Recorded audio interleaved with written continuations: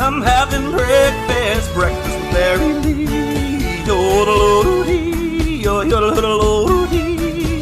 I'm having breakfast with Mary Lee. Welcome to the podcast. I'm your host, Barry Lee, and let me just say that I come from a long line of conga dancers. Two special guests this week. First up will be Jay Keffer. We'll talk about this Saturday's Letter Carrier Food Drive and how we can help feed the hungry in our community. I'll also chat with Abby Walters with the Strasburg Mayfest that's coming up this weekend. But first, your brain buster. In a poll about America's driving habits, what percent of drivers say that they obey the speed limit? Obey the speed limit. Was it A, 11%, B, 24%, or C, 49%? The answer coming up at the end of the podcast. Right now, let's team up with our letter carriers and feed our community. It's the Letter Carrier Food Drive coming up this Saturday, the 13th, and here to tell us all about the local drive is the coordinator, Jay Keffer. Jay, always good to talk to you at this time of year. Good to talk to you, Barry.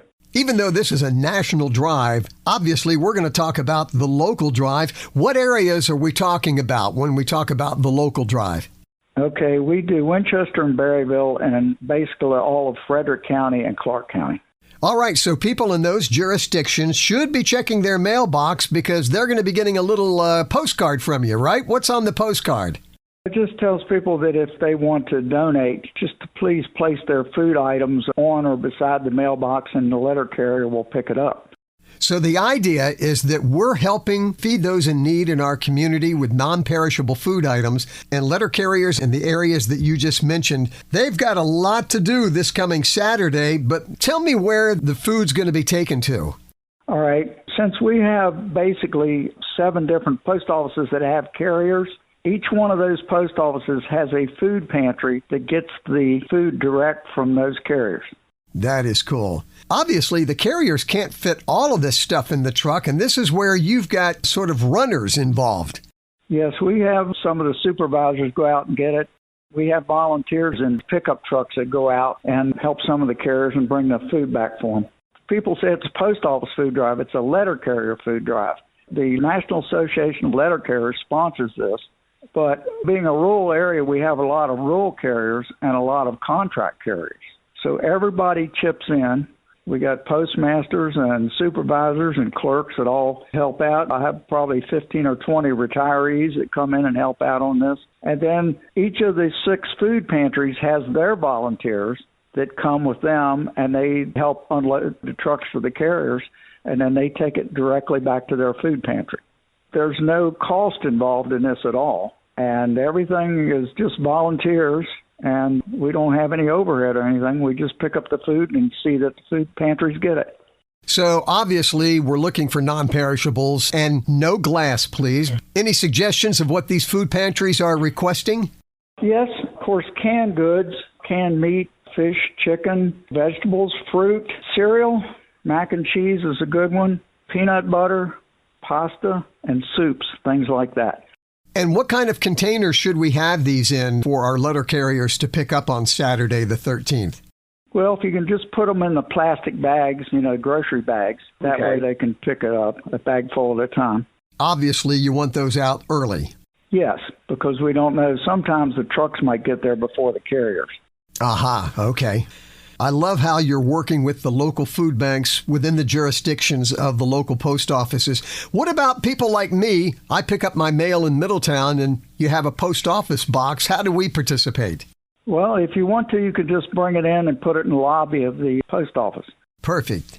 This food drive has been going on since October 1991, and then it went nationwide. So they've done almost 2 billion pounds nationwide on this food drive since it started. This will be my 6th year in Winchester doing this, and in the last 5 years, we've done 200,802 pounds. Oh, my word. That's incredible. Well done. Well done. And you know, this comes at a great time, Jay, because in the fall, there's a lot of food drives that organizations do, but it's coming at a much needed time when food bank shelves maybe are running a little low. So we can do our part. Non-perishable food items in cans. This Saturday morning, have it in place where your mail is picked up and delivered, and it's going to end up in a food pantry by the end of the day. And Jay Keffer is the coordinator of the Letter Carrier Food Drive for our local area. And Jay, thank you to you and that entire team that's out there this Saturday. We appreciate you. Well, thanks. I want to thank all the volunteers because there's hundreds of people that work on this and nobody gets any pay. They come in and help out and it goes direct to the food pantries. You can't beat that. No, sir, you can't beat that at all. Thanks for what you do, Jay, and that whole team of volunteers. Hey, before we go into the podcast planner, nationaldaycalendar.com, can you believe what a beautiful apple blossom weekend we had? The whole festival, number 96, was incredible.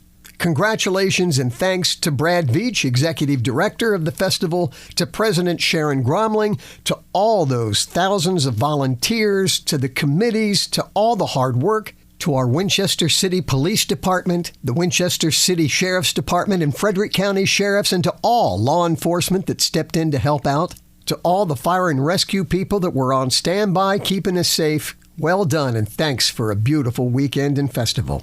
All right, let's see what's up this week on the podcast planner. Monday the 8th is National Women's Checkup Day, a reminder of the importance of regular checkups. Tuesday the 9th is National Alphabet Magnet Day. It's also National Lost Sock Memorial Day. Where do they go?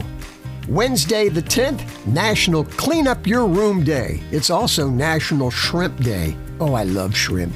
Thursday the 11th is National Eat What You Want Day. For me, it's like any other day except that there's no guilt. Friday the 12th, National Military Spouse Appreciation Day. It's also National Odometer Day. My 2003 Taurus wagon closing in on 107,000 miles. Thank you.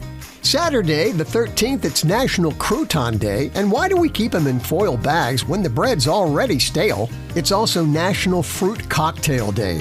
When I eat fruit cocktail, I still do the same thing I did as a kid. I save the cherries for last. Saturday is also of Ale and History Beer Fest at beautiful Belgrove Plantation in Middletown. Sunday, the 14th, it's Mother's Day and also National Buttermilk Biscuit Day. And this coming weekend, it's also Mayfest. Well, we've got Apple Blossom behind us, and now we've got a big celebration in Strasburg, a long-standing tradition. It's the Strasburg Mayfest. Joining us right now to tell us all about the event is the chairperson of the Mayfest Committee, Abby Walters. Welcome to the podcast. Hello. Thanks for having me. Even though the bulk of Mayfest is on Friday and Saturday, you kick things off Thursday evening with a new event.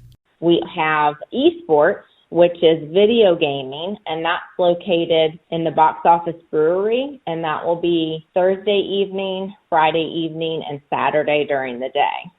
And let's talk about the lineup of activities for Friday. Going to be a busy day. So it starts at 11:30 Friday with the Heel Tops and Bow Ties Luncheon. There are tickets available online at strasburgmayfest.org for that. It's a lot of fun. The men dress up in bow ties and the women in their best heels, and we do an award for that. And we have a band there, so that's a lot of fun. After that event, we have family fun on the square. This is something new. We will have DJ Tony Nave, and we will have cupcake eating contest and a hot dog eating contest. And after that, we will have the band Cashmere on the square from 6:30 to 9:30. And everything is free except for the luncheon, which there are tickets to. And then there's the big day, Saturday.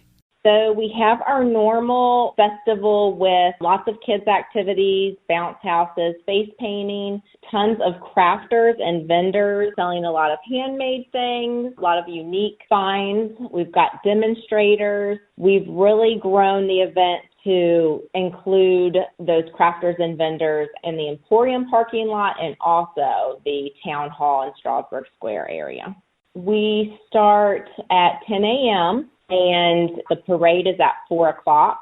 And then we have the band sold out start at 7 all day on Saturday. And when all is said and done, you even squeeze in a Sunday event. Yes, up at Sandy Hook Elementary School in Strasburg, we have an old-timers baseball game at 1:30, and we do have an amazing concession stand at that ball field. So that opens up at 11:30 on Sunday, and then hang around for an excellent game. Real quick, Abby, back to the full day on Saturday. People that are coming into Strasburg, where should they park? So this year we are having a shuttle service. So if they go to the Strasburg High School, we have 2 shuttles running all day that day, and there's several stops in town, and we highly recommend they take advantage of that free shuttle and park at the high school. And before we go, for those people that maybe want to put an entry in the parade, it's not too late? Right, absolutely. You still have a little time up until the day before. You could go to strasburgmayfest.org to register for that, and the parade is at 4 o'clock on Saturday. One more time, please, on the website where we can get the full schedule and information about Mayfest and also purchase tickets for the Heels, Hops, and Bow Ties event. strasburgmayfest.org. Another weekend of celebration in Strasburg. It's the Strasburg Mayfest. Abby Walters is the chairperson of the Mayfest committee. Thanks for sharing the time with us, and good luck this weekend. Thank you so much. All righty, before we part, let's see how you did on the Brain Buster. In a poll about America's driving habits, what % of drivers say that they obey the speed limit? Is it A, 11%, B, 24%, or C, 49%? And the answer is C, 49%. Nearly half of the people in that poll say they do obey the speed limit. Liar, liar, pants on fire. Thanks for sharing this time with me on the podcast. And speaking of driving, I close with this quote: patience is something you admire greatly in the driver behind you, but not in the one ahead of you. Have a blessed week.